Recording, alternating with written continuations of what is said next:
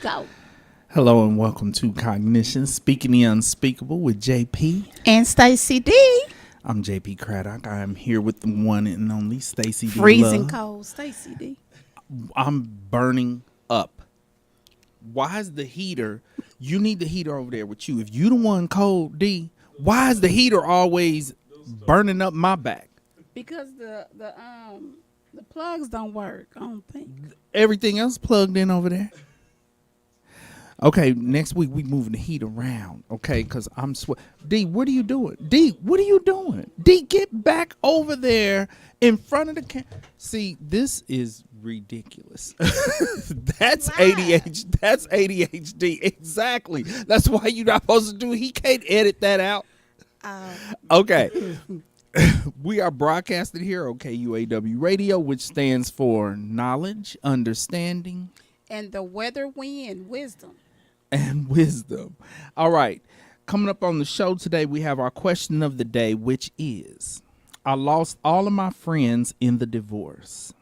And when I tried to reconnect with my friends from when I was single, they didn't seem to want to be bothered with me. So that's our question of the day. This happens a lot. Because I see a lot of people who are going through divorce, and the friends take sides and will isolate the one that basically what they do is they pick which one of the couple they like the most, because it's as if they can't be friends with both of them post divorce. So they feel a need to pick the one that they feel the most connected to. And what happens a lot of times is the wives do the picking. So the wife will pick happy house, the wife, happy wife, happy house, and then her husband just loses his homeboy. Like, why we picking her? Because that was my boy. And that's how she got brought in. What do you mean? She got brought into the friendship because you and I were homeboys, right? And she got in because she was my wife. So the wives end up making the decisions, and the men lose their friend because he's going through a divorce, and then the man going through the divorce loses his friends because, according to him, the wife has stolen all the friends. So this is difficult when people are like, look, I done lost my house, I done lost my kids, I done lost my friends, like I have nothing left but my parents' couch in the basement. So well, that comes from, we'll talk about it later. Okay. D, what's your check-in? You got to check in because I got Okay, everybody. I have a date Saturday. Ooh, a date Saturday. Yeah, it was accidental, too. Like, I just went, and everybody do not judge a book by its cover. I say that all the time. Yeah, but why are you saying it now? What's wrong with his cover? I went to go get an inspection on my car. Something wrong with his cover. I went to go get an inspection on my car, right? And so you know how it is. Excuse me. I just need an inspection. How long is that gonna take? I got 25 minutes to do it. It takes 5. And then so the one guy came behind the counter and he's like, "Yes, ma'am. Do you have all your things?" I'm like, "Yeah, here we go, everything." Da da da da. And he went in there and he did it, and he was like, "I'm gonna need your number for this." I'm like, "No, you don't. There go my address and everything." And he's like, "No, I want your number because I want to call you tonight." I'm like, "I like your line, Mr. Smooth Inspector." Yes, I was like, "I like your line. That was cute." You should have asked him, how many other numbers did you get today? Because it looked like you'd have expected a lot of cars. Well, in my mind, I was like, "Okay, you can have my car because you're just probably a worker there, but you're not even tripping." And he called me, which was really funny because I was still at work at 8 a.m. last night. 8 p.m. last night, I was still at work. And he was like, "You still at the office?" Okay. And he was like, "Are you still at work?" I'm like, "Yeah." And he was like, "Wow, that's us being entrepreneurs." I'm like, "Oh, you're an entrepreneur?" He was like, "Yeah." He's like, "That's my shop, and I own 2 more." He's the owner of the shop. And 2 more. Ah. That's tall. why he He's felt not free tall, to though. ask for numbers. Yeah. What you mean he's not tall? He's not tall enough. You know they gotta be. The last guy you You gotta dated, be this tall to ride the ride. the last guy you dated was He 2 was feet 6 shorter foot than tall. that. He was No, 6 foot he's tall. not. He is not 6 LV, feet tall. call in and let them know how tall you are. That fool ain't 6 feet tall. He said he was. Well, clearly he's shrinking with age because I do not think he's 6 feet You tall. be looking at him eye to eye. He's shorter than me. So you 6'1"? I'm 5'9".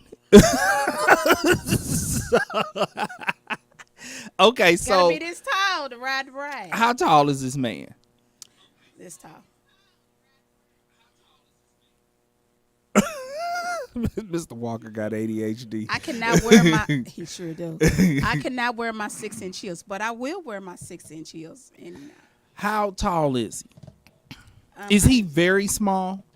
no, he's not a small guy at all. Okay. He's taller than you. Yeah, most definitely he's taller than me. Well, I don't know why does it matter? It shouldn't matter even if he wasn't as tall as you. That's just a physical attraction. Women that date I shorter have. men, but if he's still taller than you, He's taller than me then I don't understand how this matters, D. because I like looking up. Like, ooh. You are gonna be looking up at him because he's taller than you. I'm not gonna be able to look up a whole lot, just a little bit. You want to look up a whole lot? Whole lot.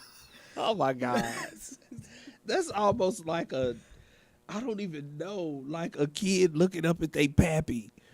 Okay, Oh, how? Yeah, we're not getting into all that Freudian mess. How old is he? I didn't want to ask because people think I'm a lot younger than what I am. So I didn't want to ask yet. But he's very attentive. Like, he asked me that I need any lunch, that he was going to Uber me some lunch. And Well, he owns 2 businesses. He should be He able to owns 3. do that. He owns 3. He should be able to do that. Here's the next question. How old did he look? see, men are faking us women. They're faking us because they have all of this and have all the gray. Oh, he's in hairy. it. Yeah, he has all that, but it was nicely done, and he had a lot of gray. He had gray hair and little gray. Is there. he listening to this show right now? No. Well, I don't know because people be all on. You didn't tell Facebook him and you was doing the YouTube. show and that he would probably get talked about. So he might want to tune in. I'm gonna see how much he's gonna dig into me first. Like Okay. go into my social media. Remember when we was seeing the guys? Yes. They were all on my social They were medias. stalking. Yeah, they were like halfway stalkers. So I want to see what is he like. Okay. So we're going out to dinner Saturday at 7, and he was like, "Okay, so I'm gonna let you have your choice." I really like how he is. He's like, "We can meet each other there. I can pick you up, or you can meet at my house and we can go." He was like, "You have options. Whatever you want to do is fine with me." I'm like, "I like you. I like that." What's the name of his shop? Whitley's 1, 2, and 3. And you was able to take your car there? I was just getting an inspection. Oh, okay. But he does full auto mechanic work. And he can work on foreign cars like yours. I don't know about foreign. You know, mine's go straight to the dealership. Don't play. Okay, because you need to see if he can work on foreign cars. Okay, I asked. Because if you end up dating him on a consistent basis, he gonna be like, "You ain't taking your car to no dealership. My woman don't take her car to no dealership. I fix it." No, That's what he be gonna like, say. No, he's like, "Gonna take it, baby. I got it." No, he's not. You D, don't you think don't he understand is? men. If he owns a mechanic shop and you take your car to the dealership paying 3 times the price that it costs to fix something, he's gonna be like, "I got this.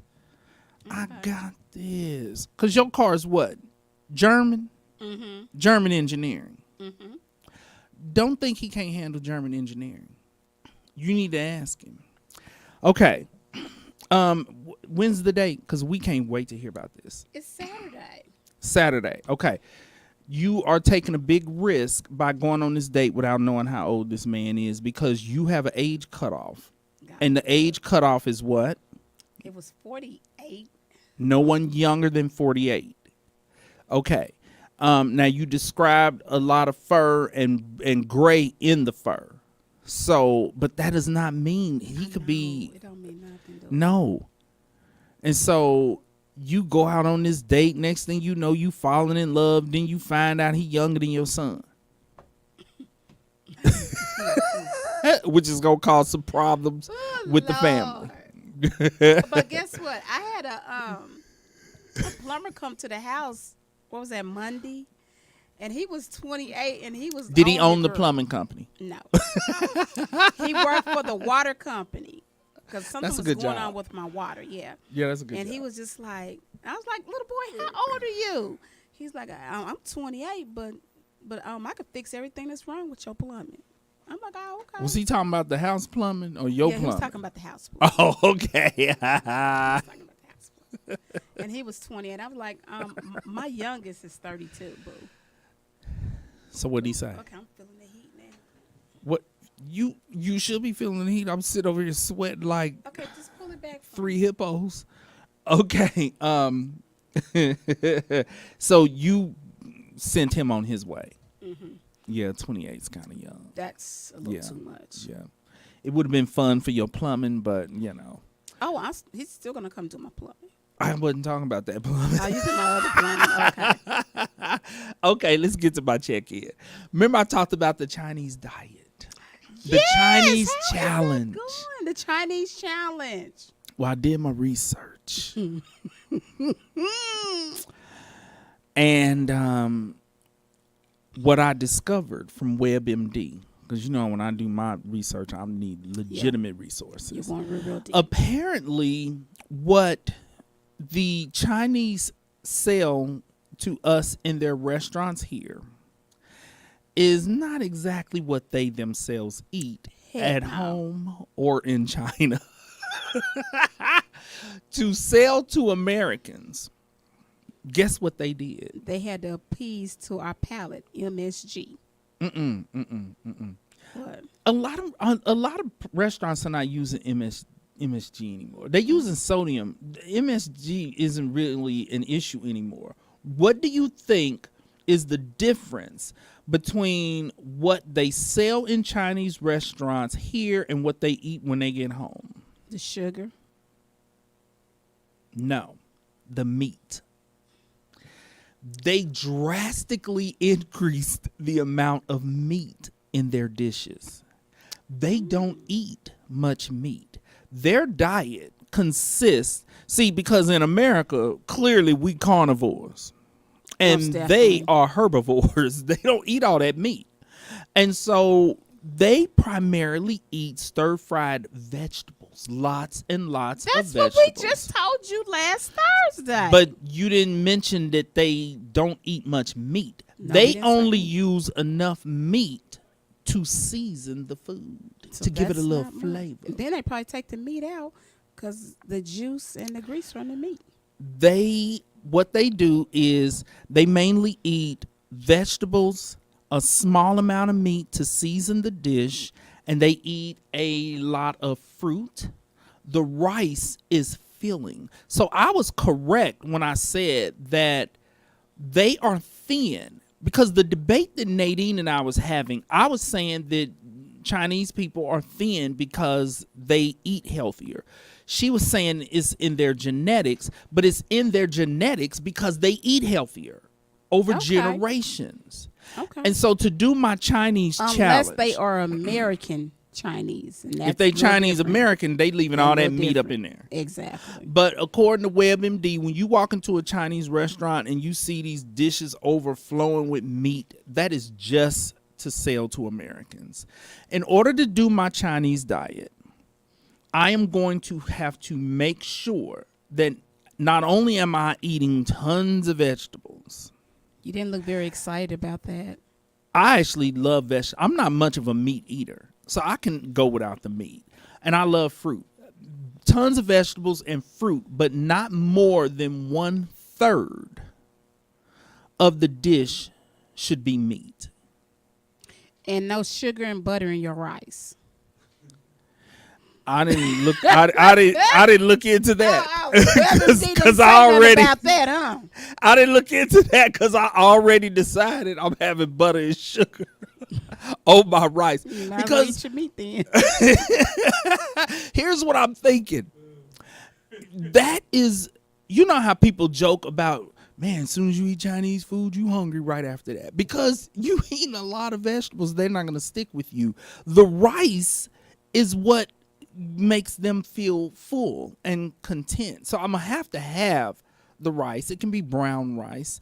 But in the morning, what are you supposed to do with the rice in the morning? I mean, I basically am going to have to eat fruit or rice. Now, I'm going to go by, because what I've realized is that there are several Chinese restaurants right in my neighborhood. Oh, yeah. Like, I didn't know that. They're not Chinese restaurants, Chinese grocery stores. Yeah, it is. And so I know about 2. Yeah, right within like 2 miles. And so what I'm going to do is I'm going to go in there. Obviously, whatever it is in there is something that I can eat. So I'm going to try to find some breakfast stuff. But if I can't find anything, it's rice and butter and sugar to feel full. Because I don't know what they eat for breakfast. And I have to have something. I don't eat a lot of breakfast, but I got to have something for breakfast. So that's my update on that. I'm starting on Sunday because my sister's birthday dinner is Saturday. But we're eating out on Sunday. Oh, that's right. So That's right. We're going to be at our homegirl's house. I'm going to start Monday. Okay. I am going to drop weight.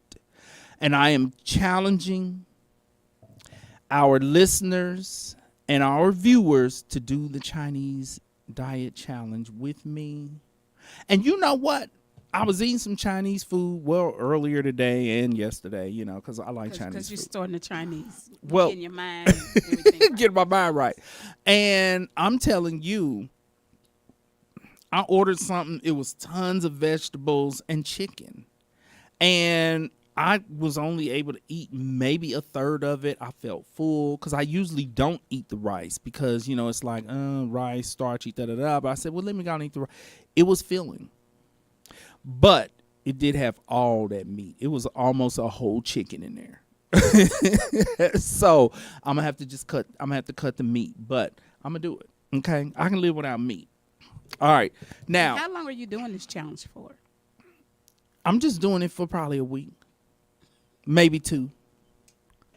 Yeah, a week or 2. Okay, next thing. But here's Can you at least give it 30 days? I drop weight fast. I'll be able to tell if it you works. Older now, though. Yeah, no, but I mean, my weight. I gain weight twice as fast as I lose it. But I can tell almost immediately if something is working. I'll know within 2 days. If I'm losing, I'm gonna just keep doing it. Plus, I'm going to, I'm going to experiment around and make some dishes myself. Because I can make a little bit of Chinese food. Mm-hmm. And Nadine can make a little bit of Chinese food. So, So y'all put it together. It's Chinese food. Yeah, I'm not going to have to go to a restaurant and get something to go every day. I'm not going to have to do that. Right. But a month is a long time. Plus, we're going out of town, and I can't be... We're going to Seattle, and I can't just not be able to eat regular food on vacation.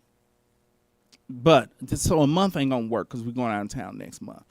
D, it's gonna work. Watch me drop weight. Watch me. I'm not saying anything. Okay, here's my next check-in. I, unlike most of America, I have still been 100% telehealth for the past 3 years since the pandemic started. Yes, you have.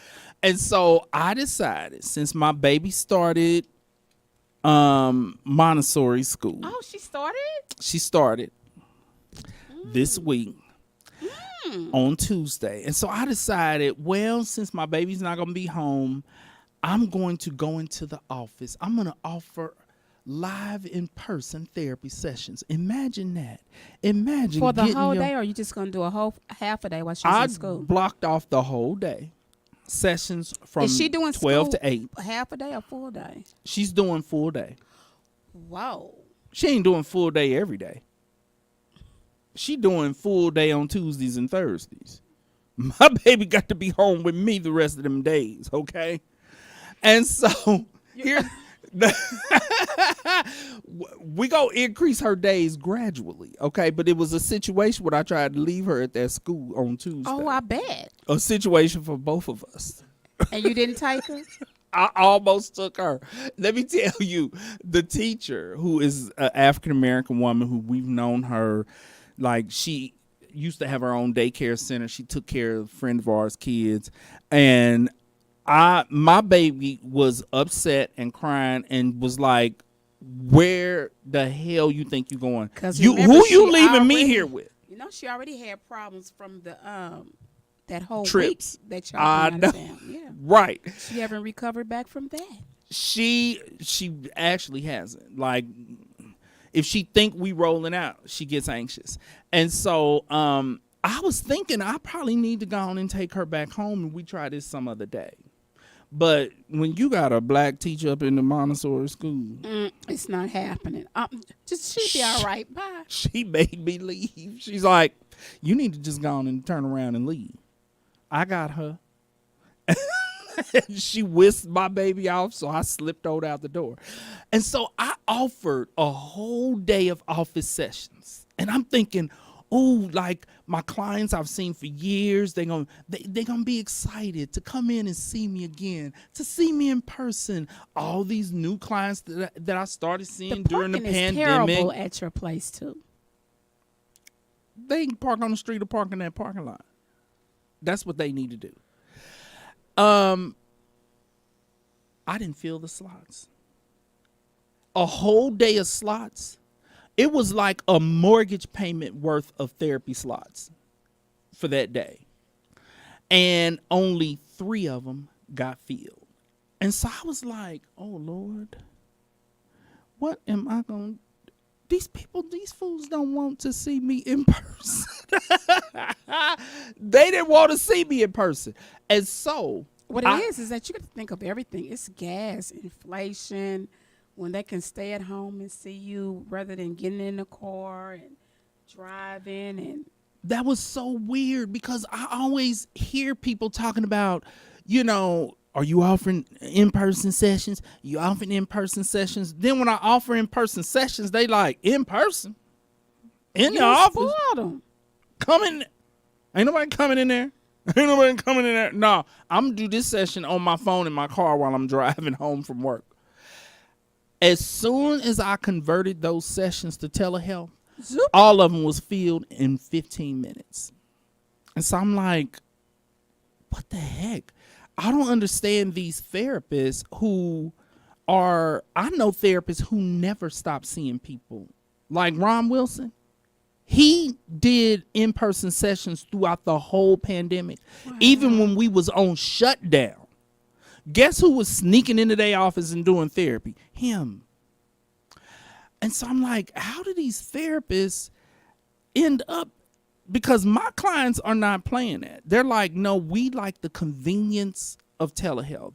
Why would we want to have to get up, get dressed, and drive to your office just to see you? Look, we seen you.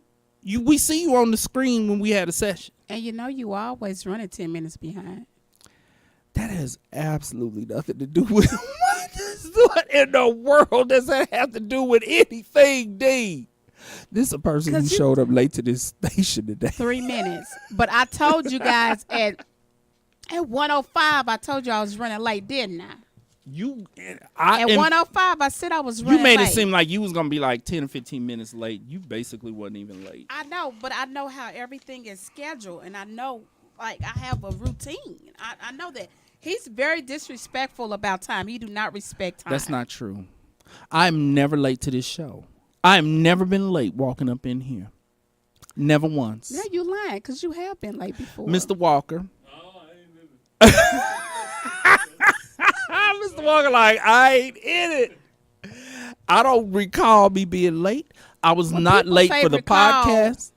When people say recall, that means that it's really a lie. No. They just don't want to say it's a lie. I have walked in here. I have walked in here. At 1:59.9. Which is not late. I have not. And I was never late for that podcast. You was at home. Your so-called 6-footer who's 5'7" probably. He does not agree that I was never late, but he can't recount an exact incident of me being late because I wasn't late. All right, D, let's Decent get to and an orderly. This has nothing to do with that hotel health because, yeah, I do run a little late. My sessions run late. I ain't late getting up in this studio, but my therapy sessions run late. But they're gonna run late, telehealth or in person. Yeah, that's what it's like. They might as well do the telehealth. Okay, moving on. Let's get to mental health and illness in the news.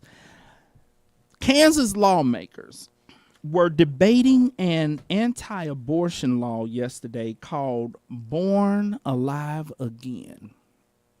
Prepare yourself because this is a bit of a horror story. Called the Born Alive Again bill for when a botched abortion results in the baby staying alive and being born. The law will require doctors to allow it to live versus killing it. I didn't know that this ever happens. It has happened before. I had a cousin. And are they killing full-term babies? Well, no, she was born being IDD. She was IDD, being born IDD. It was an abortion that went wrong. IDD?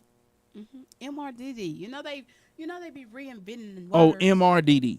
It's IDD. That's But to me, this is horrifying. A person thought that they had an abortion. It wasn't performed correctly or it didn't work. They give birth to a baby. Have doctors been killing a full-term baby? Have they been doing that? I don't even want to think about it. Because I was wondering, why is this law necessary unless they've been killing babies that are born? Now, here's the thing. I have always been, for, Pro-choice. I'm pro-choice, okay? For the reason of, for me, my perspective is for the reason of all the sexual abuse cases, I just think it would be horrendous to outlaw abortions, and then you got little girls giving birth to their daddy's baby, their uncle's baby, their grandpa's baby. Like, no 12, 13, 14-year-old should have to have their uncle's baby. And so I've always been pro-choice. This is the first time that I agree with an anti-abortion law. If a baby is born, surprisingly, like, oh my God, the abortion didn't work and the baby's born, you can't kill a full live baby.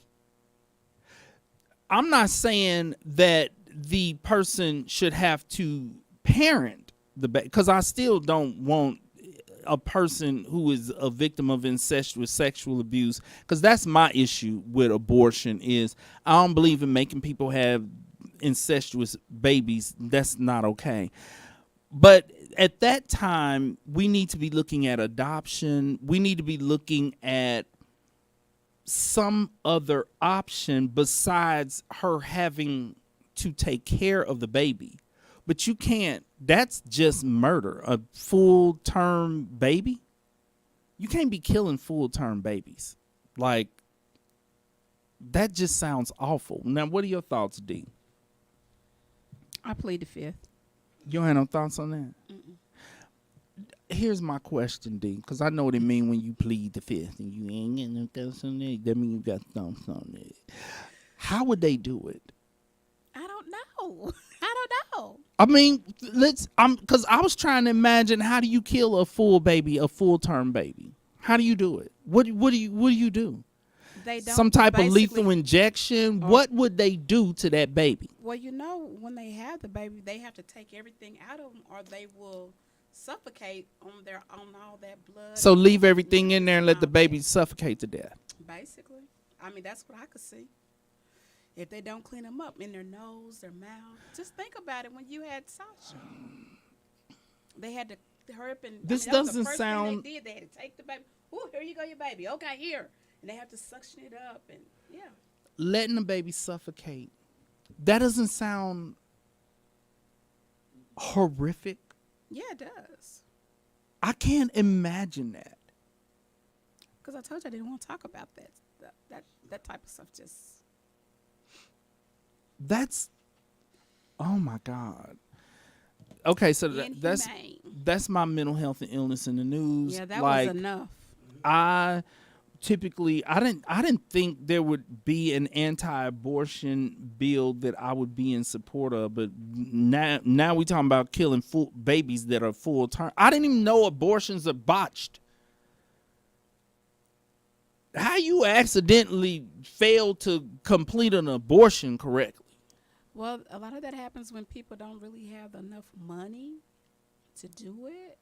So they might do home remedies. Like I said, my cousin, this was in the 60s. My aunt didn't want the baby. So Talking about the hanger method. Yeah, that's what she did. And some of it came out, and she had half a head. And yeah. What? I was thinking She died at a young age. Yeah. I was thinking that they're talking about official abortions that have been botched, not some homemade. Well, I think that's what they're talking about. Is really the homemade or some of these. If you go around to the back and knock on the door 3 times. Yeah. So official abortions are not getting botched. I don't believe so. No. See, this is why we need a researcher. This is why we need too much regulations, because they literally, once they take it out, they have to put a number on it, and then they send it, and then they dispose of it. We need our MSW interns, because this is something that we would have them research to figure out, like, what does this really look like? Because I've never heard of this. Does it happen? What kind of abortions? Official abortions? Homemade abortions? How are they killing the babies? If they were killing the babies, like, I think some things I just don't want to know. well, if you watching the news, you clearly wasn't watching KCTV5 News when this story aired yesterday. I don't watch the news. I tell you that all the time. My brother calls me every morning and tell me the weather, like I don't have Alexa. But that's our little bonding. That's our little bonding things, brother. So I'm not mad at you. Keep calling me. Keep calling me in the morning. Right. Because he knows I don't watch the news. Mm. And he watch all the news. 6, 7, 9, 10. World news. Well, he don't want to miss nothing. He don't want to miss nothing. All right, let's get to the question of the day. Okay. I lost all of my friends in the divorce, and when I tried to reconnect with my friends from when I was single, they didn't seem to want to be bothered with me. Okay, this is rooted in that ridiculous notion that once you become married, you only supposed to have married friends. Exactly. That's what I was going from.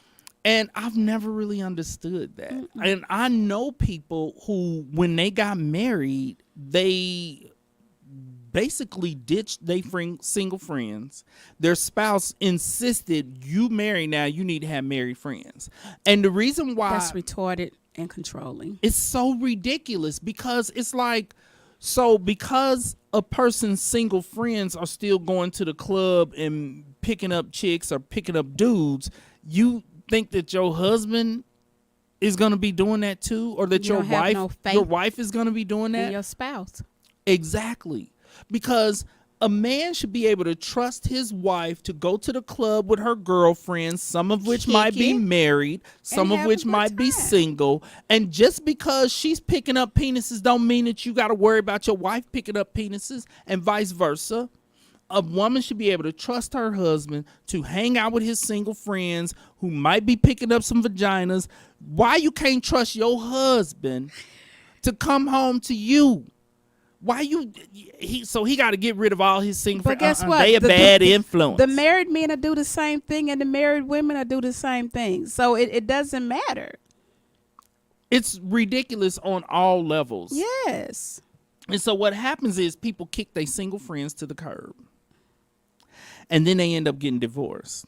And single friends don't want to be friends with you no more because we still can be friends. Because at that point, you showed yourself to not be a true friend because you kicked me to the curb because you got married. So you plan this wedding. I'm in the wedding. I'm a groomsman. After the wedding, we can't be friends. But after the wedding, I got to go bye-bye. And now you want to dig me up. That's not okay. And so they try to dig up their old friends because their new married friends end up not being friends with them, because this is what happens. And I'm seeing this more and more in therapy with people who are coming into therapy because they're trying to cope with a pending divorce. And they're like, none of my friends want to hang out with me anymore. It's like they've taken sides.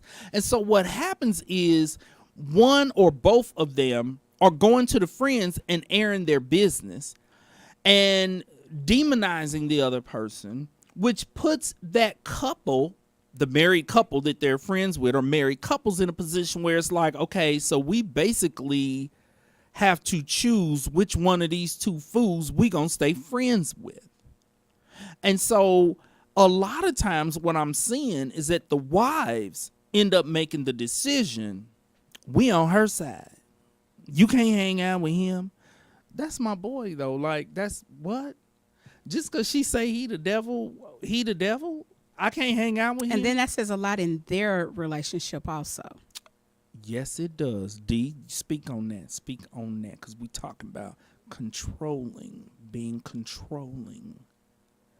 And so what the spouse who's making this decision, no, we got to pick between these two fools and we picking so and so is, well, if we don't pick, what are we supposed to do? Next time we have a dinner party, what are we supposed to do? Because they're going to Don't invite no one in.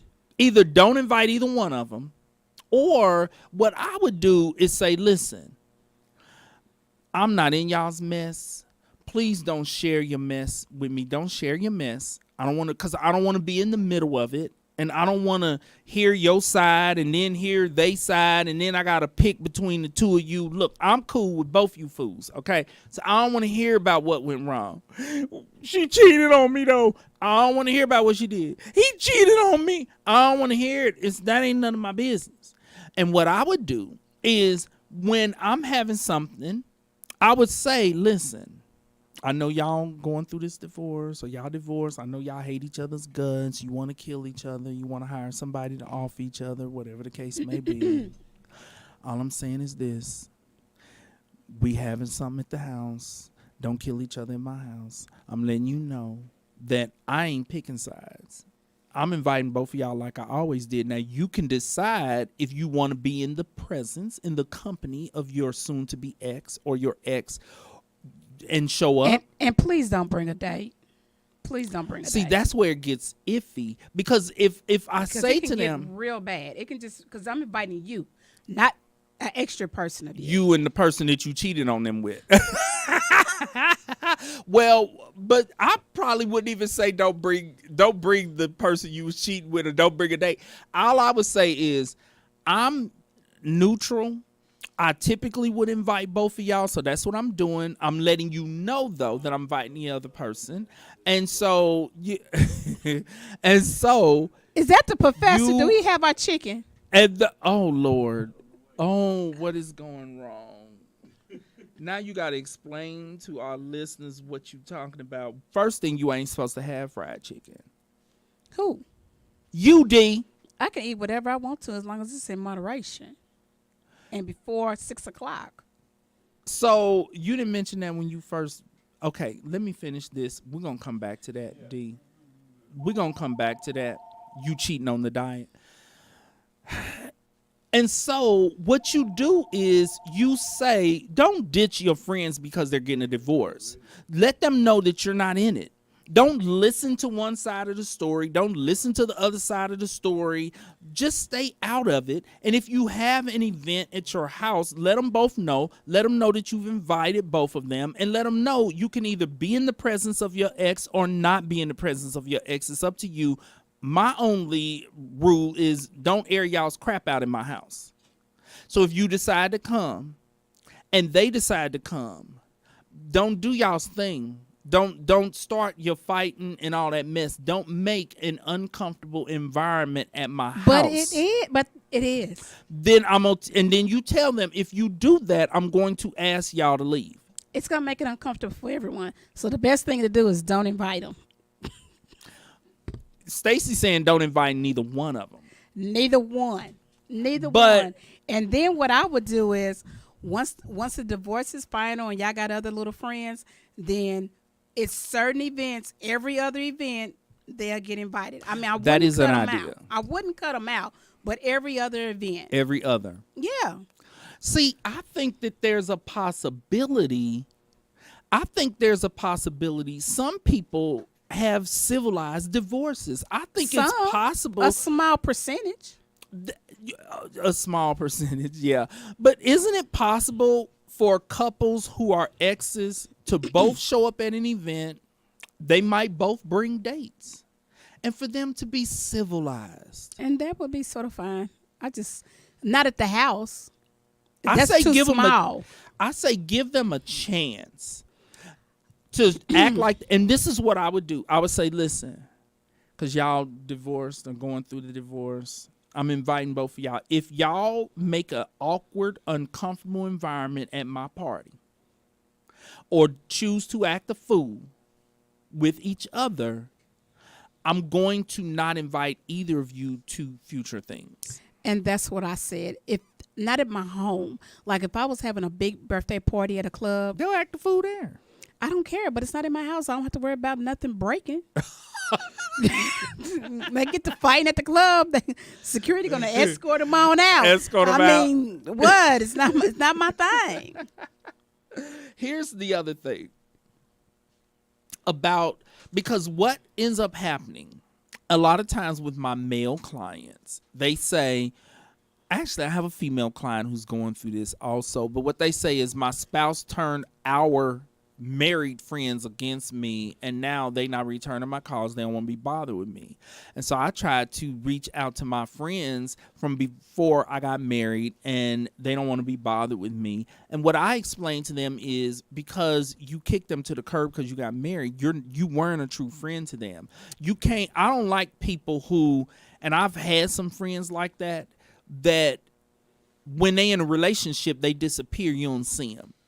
And then when they single, all of a sudden they calling you and want to know what you doing and where you going. And what I always ended up doing is just not returning their calls, because I knew they calling me because they single. But you're not going to be digging me up and burying me and digging me up and burying me. That's not true friendship. And so for me and my wife, she has plenty. I would go so far as to say that most of our friends are single. We ain't getting rid of our single friends. Because all them single people was in the wedding. How you going to ditch them after the wedding? Oh, thank you for being in the wedding.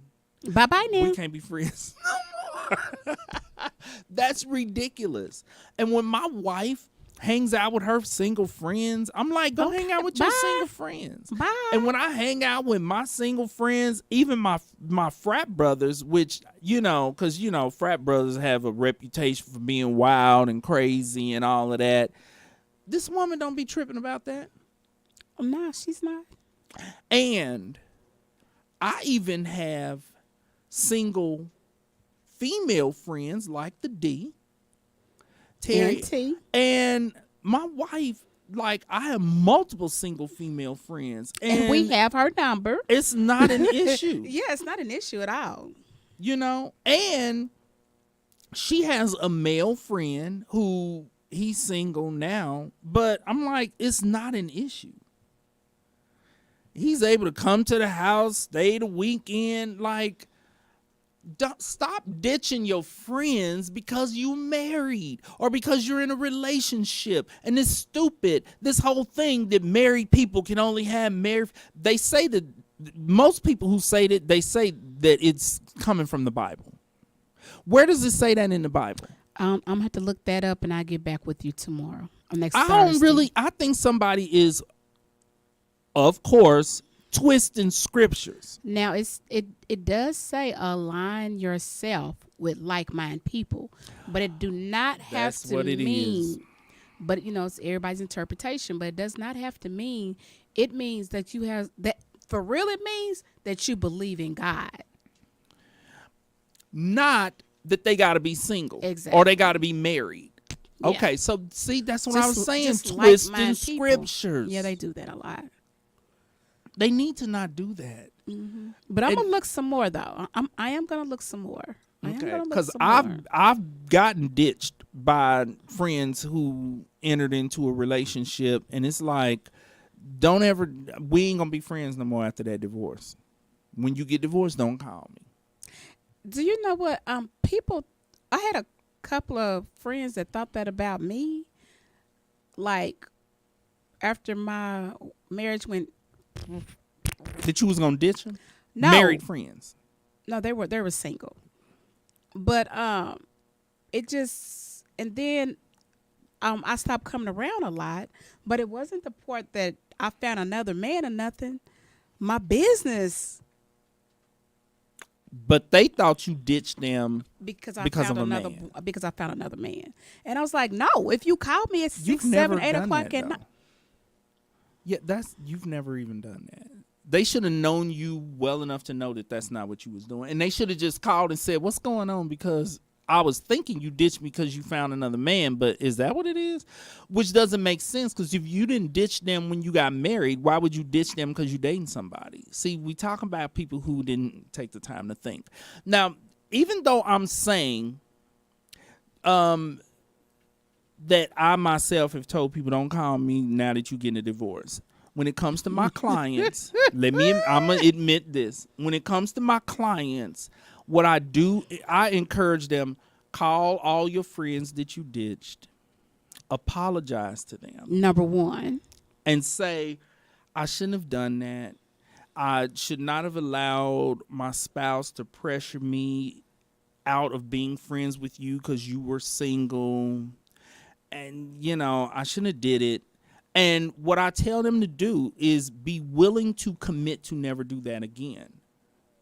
Because it's possible that the friend will forgive them and say, okay, as long as you don't do that again. Because, like, we was boys, and then you gonna ditch me because you got married just because I was out picking up skanks. Like, I didn't ask you to come out with me and pick up skanks with me. Mm-hmm. And so I do encourage people, like, go ahead, call, apologize, try to make amends, express that you have learned your lesson, that it really was not appropriate to do that. Like, you kind of betrayed the friendship when you ditched them. And you did. And some of them will forgive you and give you another chance. But then there's going to be some who are like, I done moved on with my life. It's over, yeah. And also, I'm going to go even deeper to the premarital sessions that you should have before you get married, because those are situations that should come up, or at least you should bring it up, so you know where everyone stands. Because literally, I had my pastor. He's so funny that because he usually do it for like 3 months.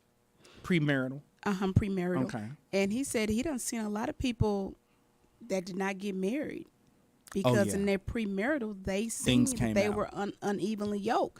The way they thought about things was not together at all. Right.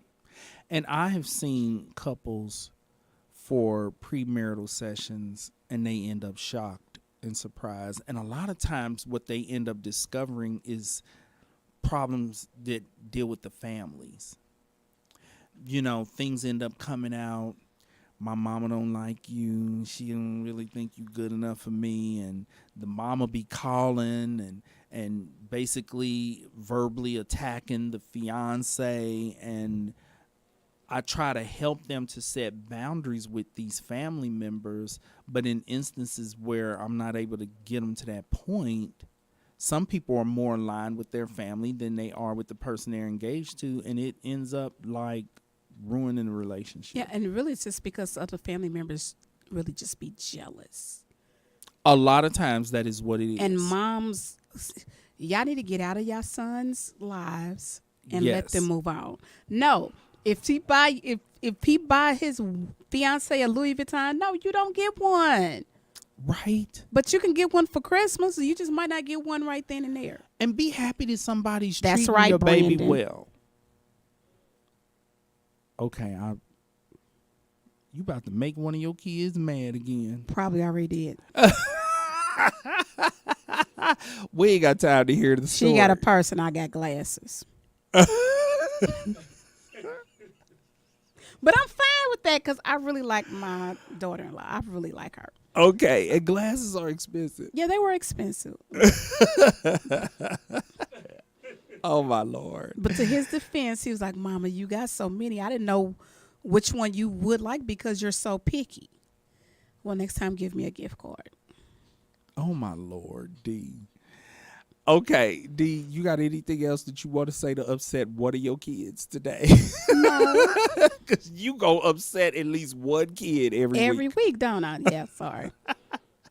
They keep listening, though, don't they? Yeah, they do. That's how they know. Because they want to know what you going to say. JP can say whatever he wants to say because ain't nobody going to listen to his till he dead and gone. Then they'll be mad. And I won't care because Ain't I'll nothing be they can do dead and then. gone. That is our show for today. Thank you all for joining us. And remember, worry about nothing. And pray about everything. Thank you, and God bless. Bye-bye now.